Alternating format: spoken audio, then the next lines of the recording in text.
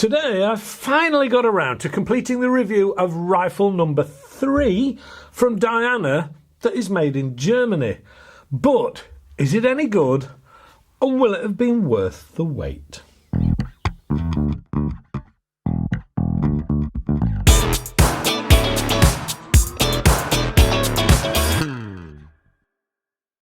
Hello and welcome to AAR on Air. Not too long ago I reviewed a couple of Springer rifles from Diana that were made in Germany rather than out in the East, as it were. And to be completely honest, I was blown away by the quality and performance of both of them. They were the Model 54 and the 460. Both of them were capable of giving a few PCPs a run for the money, certainly when it came to accuracy. The link for those reviews should appear somewhere up here. Now, after reviewing the Model 54, I said in the review of the 460 that I wasn't expecting it to be as good as the 54. Oh, but I was very pleasantly surprised. So, the question today is, can this more budget end be anything like as good as its two siblings? Let's find out, shall we? This is the long break barrel with an equally long name, the Diana LG34 EMS Panther. Let's do a few stats first, shall we? This is around 1175 millimeters or 46¼ inches long and tips the scales at around 3.5 kilograms or a little under 7 pounds 13 ounces unscoped.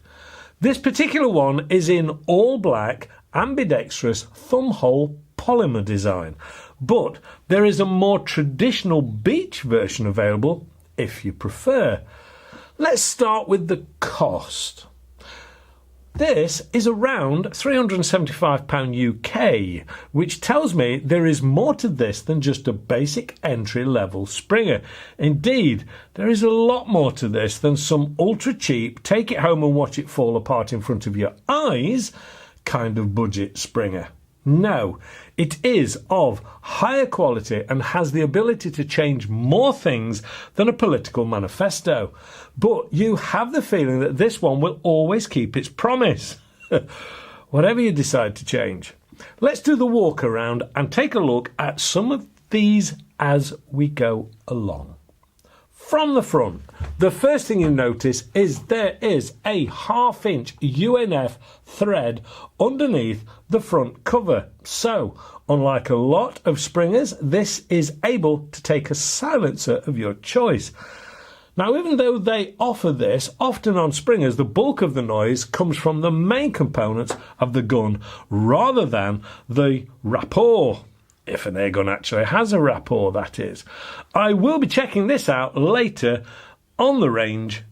We'll see how it goes. Then, moving down, we come to the front sight, which is also interchangeable and upgradable to a premium front sight if you prefer. The barrel that it is sat on is also interchangeable, according to the blurb. At this point, I would just advise that if you were to do this, it may affect the power output from this rifle when you're changing the calibers. Something to bear in mind if you're in a restricted country. Crikey, we haven't gone past the first 5 or 6 inches yet. Moving back then, we come to the rear sights, which again are fully adjustable for windage and elevation. Fitted as standard, it has twin fibre optics, which matches the front fibre optic. If, however, you don't want fibre optic rears, this backplate can be replaced for a non-fibre optic version, which incidentally is supplied in the box. Of course, this does have a 12mm dovetail rail to be able to drop a scope on of your choice. But if you want to stick to the open sights because of budget restrictions or simple preference, Then they also supply a pack of black stickers to cover over the scope mount holes. Nice. To the rear of this is a safety, which is an automatic item and will engage every time you cock the rifle. Some will like this and some will hate it. Most will simply get used to it. Me? Well, anything that keeps the gun as safe as possible will always get my vote. This can also be manually operated with push for fire and pull for safe. It is easy, efficient and ready or readily to thumb, as it were, to be able to operate without any real dramas. Below this is the trigger, which is adjustable for first stage adjustment, let-off point and trigger weight. The stock is all black, polymer, and indeed, as I've already stated, it is a thumb hole design. The material is high quality and has stippling to the grip and forestock for extra grip. The cheek piece looks like it should be adjustable, but it isn't. It's fixed. I don't suppose you can have everything at this price level, and it seems they've already exceeded a lot of expectations so far. This is a break barrel and has a 50mm, no it doesn't, it has a 50cm, 500mm rifle barrel, which in 177 caliber on this particular one, naturally there is also a .22 caliber available if you prefer. The action is simple and exceptionally smooth. The next thing is to get this over the chrono just to find out what power level it's producing for the UK market.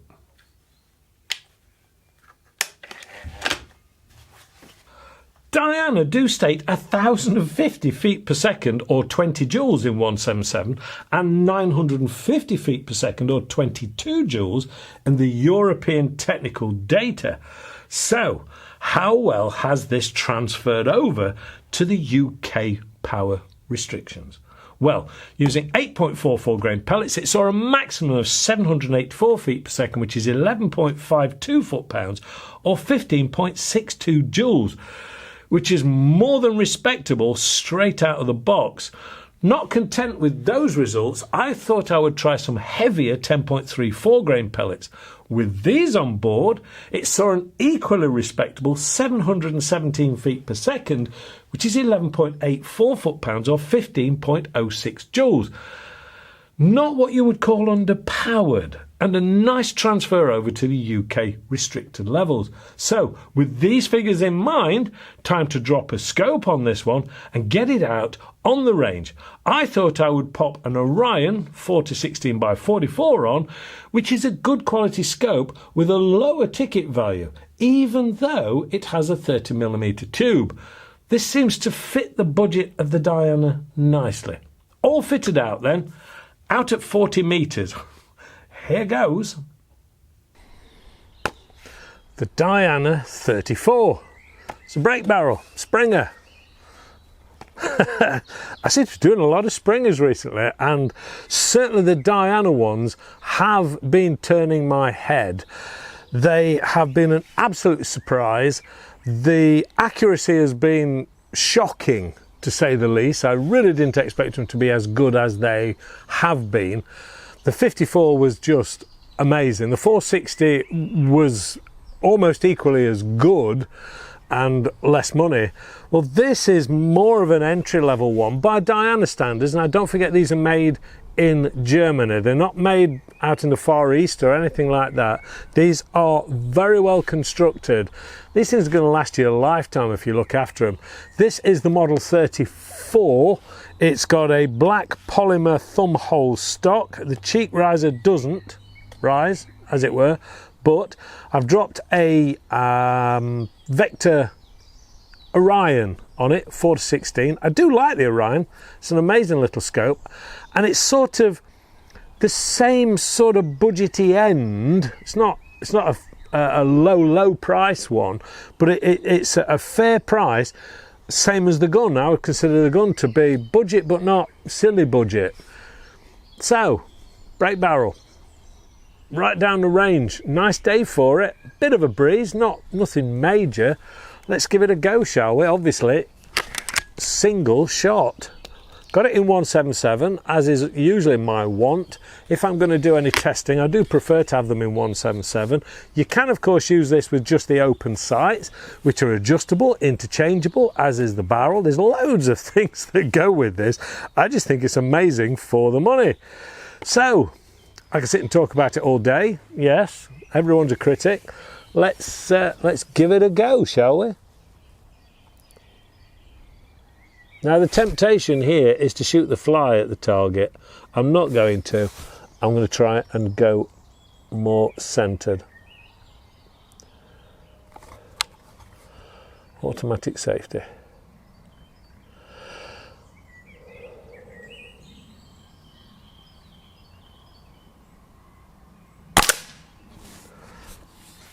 Not a bad start.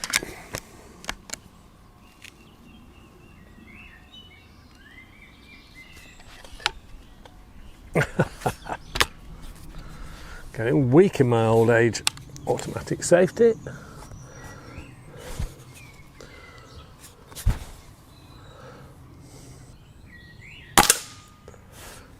Bull.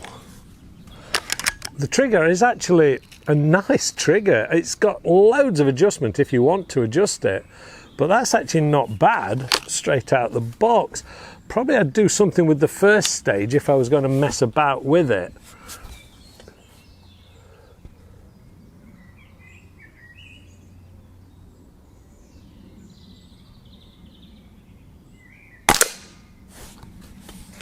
This one's got a bit more of a kick to it than the 54, because that had got like a recoil system built into it.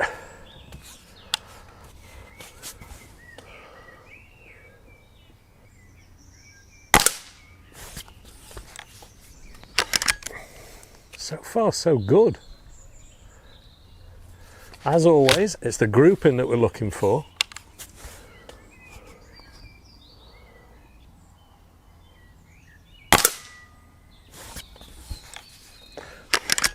I wouldn't be disappointed with this.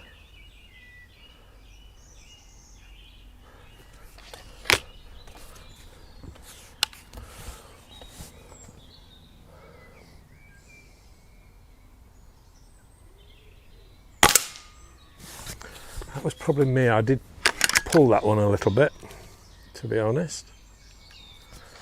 You know when you've done it.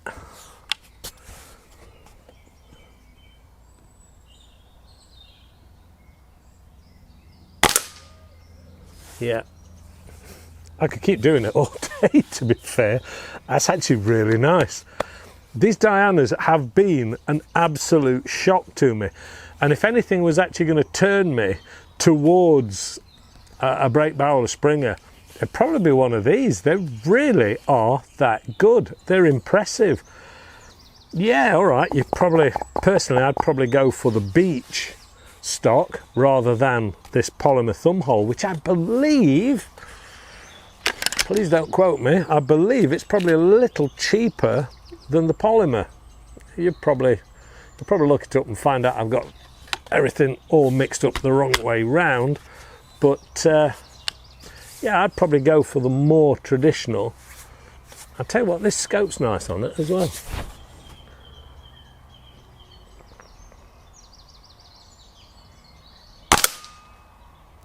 Yeah, there's nothing wrong with these. Impressive, very impressive. I don't think anybody who had one of these would be disappointed in them at all, to be honest. Yes, you can use the open sights if you prefer. It'd be useless on me, absolutely useless. There's a bit of recoil, but it's nothing to worry about, nothing to write home about. I like it. Let's just go and have a quick look, shall we? Not too bad at all, really.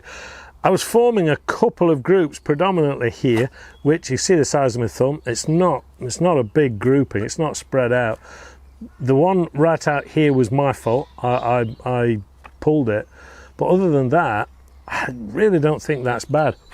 Now, that's first time out with all I did was adjust a little bit on the elevation on the scope. I've not adjusted anything else. And those results, I think, are really very pleasing. Back to the studio. You know, these German-made Dianas are a surprisingly good rifle. And I've been very impressed with all three that I've had my hands on. There is nothing wrong with that accuracy. I keep saying that I'm a non-Springer shooter, but I seem to be doing more shooting of them than I ever thought I would.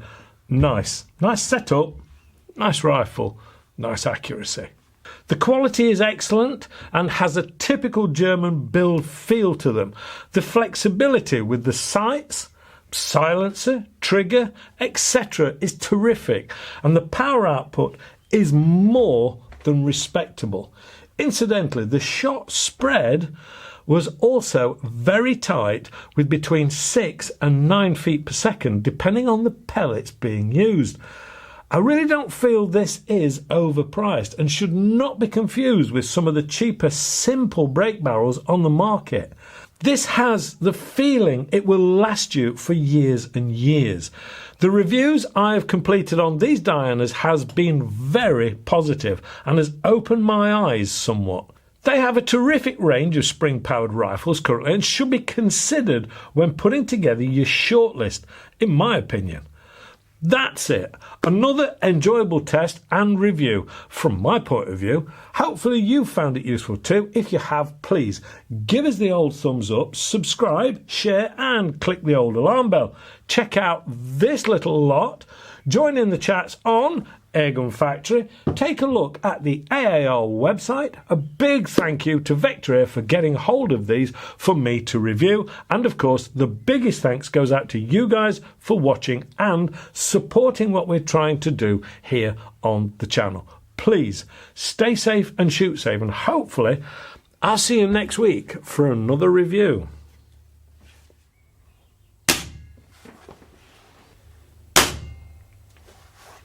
It does make quite a difference, but you've still got a load of noise from the back end. You're only going to get one decent shot off if you're actually out using this hunting, but it will quieten it down for the neighbours. Bye for now.